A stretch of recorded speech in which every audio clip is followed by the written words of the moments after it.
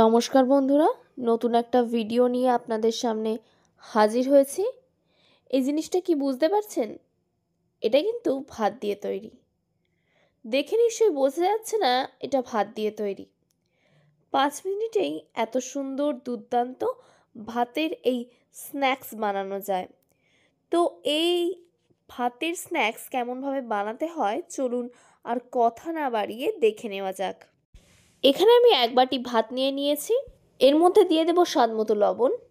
এতে আমি দিয়ে দিলাম চা চামচের 4 চামচ বেসন, চা চামচের 2 চামচ সুজি, দুটো বড় সাইজের পেঁয়াজ কুচি, চা চামচের 1 চামচ গ্রেট করে রাখা রসুন, সমপরিমাণ আদা গ্রেট করে রেখেছিলাম সেটা দিয়ে দিলাম, আর দিয়ে দিলাম লঙ্কা কুচি আর টমেটো কুচি। দিয়ে দিচ্ছি ধনিয়া গুঁড়ো, জিরে গুঁড়ো আর বাড়িতে বানানো গরম মশলা। এই গরম মশলার ভিডিও আপনাদের সামনে নিয়ে আসবো খুব শীঘ্রই। দিয়ে দিলাম কাশ্মীরি লঙ্কার গুঁড়ো আর কালো জিরে। এবার হাতের সাহায্যে খুব ভালো করে মেখে নিতে হবে। এবার দিয়ে দিলাম চা চামচের 1/2 চামচ হলুদ গুঁড়ো। আবারও হাতের সাহায্যে খুব ভালো করে মেখে নিতে হবে। অল্প অল্প করে জল দিয়ে খুব ভালো করে হাতের সাহায্যে মেখে নেব। একসাথে অনেকটা জল দিলে এটা বেশি পাতলা হয়ে যাবে, ফলে অল্প অল্প করে জল দিয়ে মেখে নিতে হবে।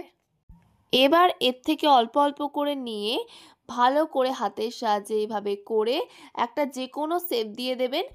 আমি এখানে একটা পাতার মতো শেপ দিচ্ছি, আপনারা আপনাদের ইচ্ছা মতো শেপ দিয়ে নেবেন। এইভাবেই বাকিগুলোকেও শেপ দিয়ে নেব। সবগুলোরই আমার শেপ দেওয়া হয়ে গেছে। এদিকে একটা কড়াই গরম হতে বসিয়ে দিয়েছিলাম, কড়াইটা গরম হয়ে গেছে। এর মধ্যে দিয়ে দিলাম সাদা তেল।